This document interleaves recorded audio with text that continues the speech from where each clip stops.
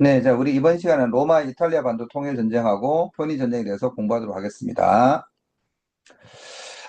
일단, 로마가 이탈리아 반도를 통일하는 과정은요, 뭐 좀 복잡하긴 한데, 그래서 이제 좀 초시 이 분들이 조금 어려워하는 파트이긴 합니다. 근데 뭐 이분이 그렇게 자주 나오거나 뭐 엄청나게 중요하고 그런 건 아니니까 여기에 너무 집중하실 필요는 없고요. 지금 제가 설명하는 것 정도만 잘 따라오시면 되고, 그 중에도 중요한 것 정도만 정확하게 기억해 주시면 됩니다.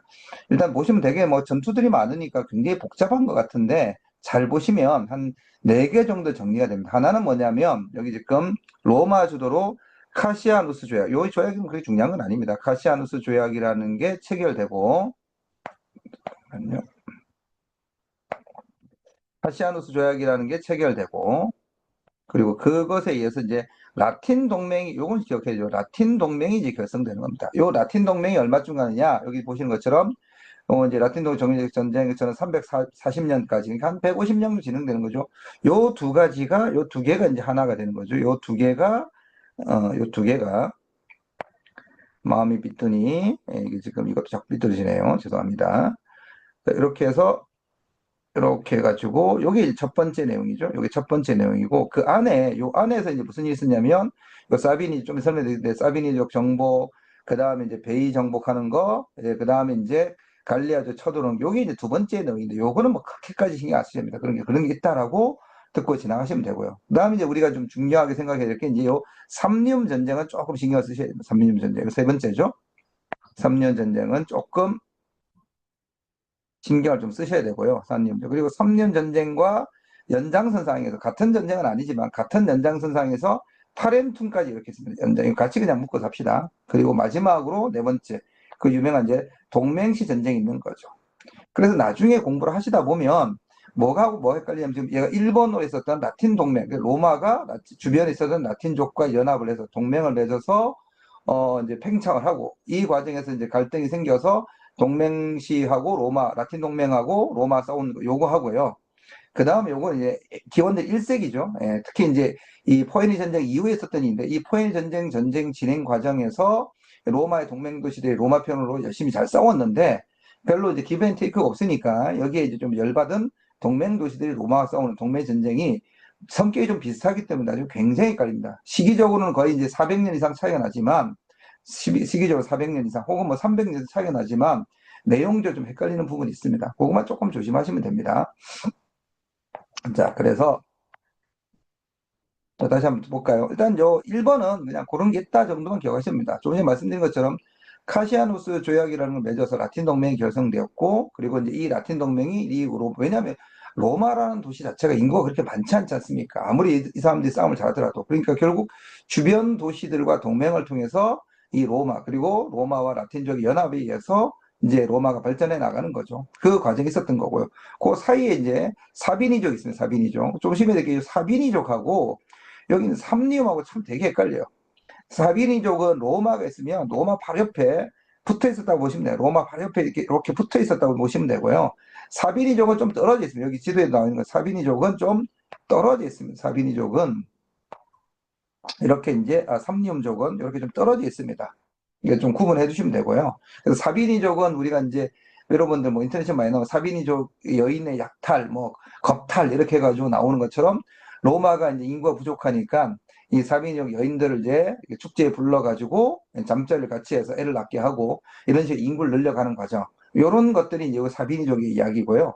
그 다음에 좀 이따가 이제 요건 좀 기억해 주세요. 에트루리아의 그 유명한 이제 베이가 있어요. 베이라고 하기도 하고요. 베이이라고 하기도 합니다. 베이 하기도 이거 뭐 최근 요즘 말로는 이제 베이라고 하고요. 과거에는 이제 서양서 개론에서는 베이이라고 하고 있습니다. 그죠? 거기 여기 지금 지도에도 보시면 알겠지만 바로 옆에 밑에 지도에 보시면 여기 있는 게 베이가 됩니다. 요 바로 옆에 있는 여기가 로마 바로 옆에 있는 여기가 이게 로마고요. 바로 옆에 있는 게 베이가 됩니다. 자, 그리고 나서 요 이제 베이를 점령하고 옆에 있는 볼스키 아이케족을 정복한 직후에 갈리아족, 우리 겔트족이라고 하는 갈리아족이 이제 로마제를 쳐들어왔는데 못 막았어요. 못 막아서 이제 결국은 엄청난 배상금을 주고 물러나게 했고 여기는 나와 있지 않지만 이것이 이제 로마 이후 로마 역사에서 어떤 의미를 가지냐면 또다시 이 로마의 도시가 이제 약탈되면 안 되니까 엄청난 큰 튼튼한 성벽을 쌓게 되는 겁니다. 그건 뭐 참고해 두시면 되는 이야기고 자, 그 다음에 이제 두 번째, 그 과정에서 이제 4세기 후반쯤 이르자, 이 라틴 동맹 도시들이 우리한테 뭐 아무것도 왜 안 주냐?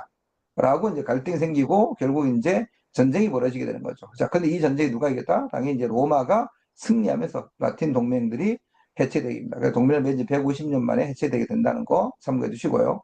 그 다음 삼니움족은, 자, 에트루리아가 이쪽에 있습니다. 로마를 기준으로 해서 서북쪽 방향이죠. 서북쪽 방향으로 있고요. 자, 삼니움은 로마를 기준으로 남동쪽 방향이 있습니다. 자, 그런데 여기 헷갈리는 도시가 두 개가 나와요. 여기 뭐 센티눔이라는 도시가 여기 있습니다. 여기 이제 센트룸 전투고. 그 다음 타렌툼은 어디 있냐면 아래쪽에 있습니다. 아래쪽에. 그런데 좀 차이가 뭐냐면, 자, 센티눔은 삼리온족에 세운 도시고요. 타렌툼은 여기 그리스죠. 그리스가 식민 도시하면서 그리스인들이 와서 세운 그리스의 식민 도시입니다. 자, 그래서 두 개는 좀 다르다는 걸 좀 구분해 주시고요. 그래서 로마가 이 1차, 2차, 3차 세 번에 걸친, 우리 주대에 보면 1차, 2차, 3차가 있죠. 그거 안 해주셔도 됩니다. 1차, 2차, 3차에 걸려 거의 한 50년간의 전쟁 속에서 이탈리아 중부 지방을 이제 점령하게 된 거죠. 이 3년 전쟁에서 센티넘 전쟁 이기면서. 그러니까 이제 어디로 내려가게 된다? 이제 이탈리아 남부로 내려가게 되는 중요한 배경이 되는, 이탈리아 남부로 내려가게 되는 중요한 배경이 되는 겁니다. 자, 그리고 이제 이탈리아 남부에 내려오면 이제 그리스 애들이 세워 식민 도시인 타렌툼에서 이탈리아 남부에 전쟁을 벌였는데 이것도 이제 누가 이기냐? 로마가 이겼죠. 그래서 이탈리아 반도가 통일이 되는데, 자, 이 과정에서 에페이로스의 그 저기 흑해 쪽에서 소아시아에서는 에페이로스라고 하는 곳이 있었고, 거기에 국왕이 누가 있었냐면 피로스라는 국왕이 있었던 거죠. 피로스라는 국왕이 있었고, 이 국왕에게 요 타렌툼이 도와달라고 SOS를 쳤습니다. 그래서 타렌툼이 와가지고 로마의 전투에서 몇 번 이겼는데, 문제는 전투에서는 이겼지만 그 피해가 어마어마했던 거죠. 그래서 상처뿐인 영광, 이런 뜻의 피로스의 승리란 말이 나오게 되는 겁니다. 자, 참고해 두시고요. 자, 그 다음 마지막 이제 동맹전쟁. 제일 중요한 전쟁이죠. 요 사이에 이제 뭐 있냐. 그러니까 결국 3번하고 4번 사이에 무슨 일이 있었냐. 여기서 이제 포에니 전쟁이 있었던 거죠. 3번과 4번 사이에 포에니 전쟁. 특히 이제 2차 포에니 전쟁이 있었고, 이 2차 포에니 전쟁에서 당시 한니발이 동맹 도시들하고 동맹시하고 로마의 관계를 끊어가지고 로마를 흔들려고 했는데 결국 이게 실패합니다. 왜? 상대적으로 로마의 동맹 도시들이 뭐 당연히 한니발 편에 선 애들도 있지만 대다수는 이제 로마 편을 끝까지 지켰거든요. 자, 그래서 이제 내가 너희를 위해서 열심히 싸웠는데 왜 나한테 아무것도 안 주냐? 이러면서 반발이 심해지면서 특히 이제 로마 시민권을 요구했으나 로마가 거부하게 되죠.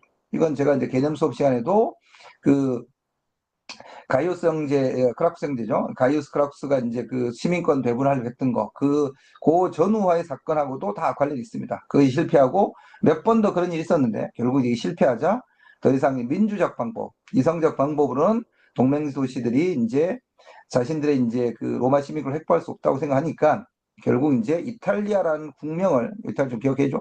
이탈리아라는 국명을 새로 만들어서 이제 결국 전쟁을 했으나 결국 이제 패배하게 되는 거죠. 이 과정에서 이제 로마는 이제 디바이드 앤 룰이라고 해서 이제 분할 통치 방식을 통해서 이제 자기들한테 빨리 항복을 하거나 이제 항복을 한 애들한테는 시민권을 주고 아닌 애들은 좀 강경하게 진압하는 이런 방식을 선택하게 되는 겁니다. 자, 여기서 이제 우리 중요한 건 이제 결과도 중요하죠. 결과는 기본적으로 일단 요거는 들어두시면 됩니다. 정복제 빈민과 무산 이주시키는 자영업이 증가한다는 거. 그 다음 로마시가 확대되는 과정에서 참정권이 차등 분배된다는 거. 그리고 동맹시의 자치는 허용하지만 외교와 국방은 로마가 장악하는 이런 방식으로 나타나게 되는 겁니다. 자, 이렇게 해서 간단하게 로마 이탈리아 반도 통일 과정을 살펴보았고요. 다시 한 번 더 정리한다면, 자, 다시 한 번 더 뭐, 라틴 동맹이 결성되었고, 라틴 동맹이 깨진다. 기원전 4세기에. 자, 첫 번째 기억할 거. 두 번째, 그 사이에, 우리가 이제 사비니죠. 그리고 에트루리아의 베이, 뭐, 그래, 볼스키 뭐 이런 애들도 있었어요. 그리고, 갈리아조 침략이 있었다. 듣고 지나가시면 되고. 그 다음에 조심해야 될 게 이제 센티눔, 삼리움 전쟁에서 센티움과 그리고 타렌툼, 요게 굉장히 나중에 헷갈립니다. 굉장히 많이 헷갈립니다. 좀 조심하시고, 마지막으로 동맹시 전쟁이 있었다. 이 정도만 기억하셔도 충분합니다. 자, 그 다음에 이제, 자, 포에니전 배경은 뭐 굳이 특별히 제가 설명 안 드리겠습니다. 잘 아실 거니까. 그래서 이제 이탈리아 반도를 통일한 로마와 이제 그 로마가 팽창하는 과정에서 전쟁이 벌어지게 되고, 이 과정에서 이제 시칠리아의 시라쿠사가 메시나를 공격하자 메시나가 로마한테 도움을 요청했고, 자, 그러면서 이제 시라쿠사는 또 카르타고한테 도움을 요청한 거죠. 여기 나오면 시라쿠사하고 메시나가 나와 있죠. 그죠? 시라쿠사하고 메시나가 나와 있습니다. 자, 그래서 여기서 시칠레죠. 이 시라쿠사하고 메시나가 싸움이 붙었고, 여기에 이제, 로마와 카르타가 각각 개입하면서 포인전이 발생했습니다. 이게 중요한 건 이거죠. 1차 포인트 딱 중요한 딱 하나입니다. 로마가 승리해서 시칠리아가 로마의 속주가 되고, 근데 이 시칠리아는 지금도 뭐가 발달했다? 농업이 발달한 지역이거든요. 그래서 로마의 곡창 역할, 곡창지대 역할을 하게 되고요. 곡창지대 역할을 하게 되고, 그리고 이제 여기서 라티fundium, 뭐 꼭 시칠리아에서 라티fundium을 시작했다는 건 기억 안 하셔도 됩니다. 오히려 이제 포인트 전체 전쟁의 결과가 라티푼디입니다. 이게 훨씬 더 중요한 거죠. 예, 요거는 반드시 기억해 주셔야 됩니다.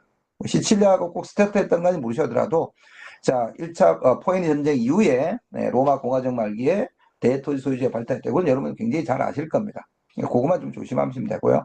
자, 2차는 이제 한니발 전쟁이죠. 한니발이 이제 한니발이 로마를 공격하면서 시작되었고, 우리 지난번에 했던 것처럼 그 1차 마케도니아 전쟁은 이 한니발 전쟁 중, 2차 마케도니아 전쟁 중 있었던 거고요. 그때 이제 한니발이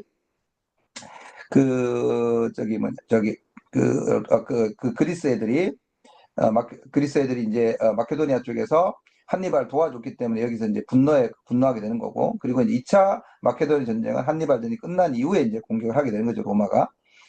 자, 여기서 전투가 이제 세 개가 나오는데, 트레비아강 전투는 크게 신경 안 쓰셔도 됩니다. 이건 뭐, 그런 게 있다. 여기 보면 트레비아강 전투 나오죠? 트레비아는 딱 보시면 알겠지만, 어딥니까? 한니발이 이렇게 알프산을 넘어오자마자 있었던 그 지역에서 로마군이 깜짝 놀란 거죠. 어떻게 알프스를 넘을까? 그래서 붙었던 전투가 트레비아강 전투고요. 요거보다는 고등학교 교과서에 나오는 칸나의 전투하고요. 고등학교 교과서에 나오는 칸나의 전투하고, 그리고 자마 전투를 잘 기억하셔야 돼요. 자마 전투. 워낙 중요한 전투니까. 각각 칸나의 전투는 한니발의 위대함, 한니발이 얼마나 전쟁 영웅인가를, 신인가를 보여주는 전투고요. 3만 정도 되는 이제 카르타고 군대가 7만에 가까운 로마 군대를 완전히 격파해서 박살낸 그 전투죠. 그게 이제 중요하고. 그 다음에 자마 전투는 이후에 한 20년쯤 지나서 처음에는 꼬맹이였던, 이 한니발 전쟁이 시작할 때만 하더라도 이제 꼬맹이였던 데스키피오가 성장해서 이제 여기 있었던 에스파니아 지역의 당시 한니발의 보급지 에스파니아죠. 이 지역을 공격하고, 그리고 군대를 로마가 아닌 이제 카르타고 외곽에 있었던 자마라고 하는 곳 이동해서 한니발을 자마로 오게 해서 싸우게 이긴 전투. 이게 자마 전투죠. 이 칸나의 전투나 자마 전투는 둘 다 이제 코끼리를 사용했었는데, 칸나의 전투에서는 코끼리 부대를 잘 활용해서 한니발이 이겼고요. 예, 자마 전투에서는 이제 그거에 대한 대처를 잘 했었던 로마가 승리하게 됩니다. 지난해에 자마 전투에서 한니발이 패배하고 로마의 데스크피오가 승리하면서 2차 포에니 전쟁이 끝나게 됩니다. 3차 포에니 전쟁의 핵심적 내용은 카르타고의 발전에 위기를 느낀 로마가 이제 그게 근본적 원인입니다. 그게 근본적 원인이고, 핑계를 뭘 댔냐면, 원래 이제 이 2차 포에니 전쟁 끝나고서 항복 문서에 카르타고는 로마의 동의 없이 다른 나라와 전쟁을 하지 않는다고 약속을 했어요. 그런데 이제 그 루미디아가 계속 이제 카르타고를 건드린 거죠. 계속 건드리니까 열받은 짜증이 나는 카르타고가 로마의 동의 없이 전쟁을 시작했는데, 이걸 핑계 삼아서 카르타고를 공격한 거죠. 그래서 카르타고 열심히 싸웠으나 졌고, 그래서 이제 카르타고도 로마의 속주가 되는 거죠. 자, 이건 요 정도 보시면 되고, 자, 여기서 굉장히 중요한 내용들이 있습니다. 결과가 굉장히 중요한데, 첫 번째, 로마가 지중해를 장악한다. 흔히 말하는 이제 지중해가 로마의 호수가 됐다는 게 이거고요. 두 번째, 요건 좀 조심하셔야죠. 속주체제가 형성됩니다. 여기 이제 시칠리아가 속주가 되면 속주체제가 형성이 되면서 속지의 10분의 1을 공납하는 징세청법이 등장이 된다는 것도 기억해 주시고, 그리고 가장 중요한 거는 뭐다? 라티푼디움이죠. 가장 중요한 건 라티푼디움이 포에니 전쟁 이후에 발전했다. 이렇게만 기억하셔도 충분합니다. 자, 지금까지 이렇게 해서 간단하게 이제 이탈리아 전쟁, 중요한 전쟁 두 가지, 이탈리아 반도 통일 전쟁 과정하고 포에니 전쟁을 공부했고요. 우리 다음 시간에는 이제 또 여러분 좀 앞부분 좀 힘들어요. 게르만족이죠. 중세 초기의 게르만 전쟁에 대해서 공부하도록 하겠습니다. 자, 지금까지 순우팀에서 세계사 담당하고 있는 서양사 담당하고 동양사 담당하는 이종길이었습니다. 우리 또 다음 시간에 뵙도록 하겠습니다.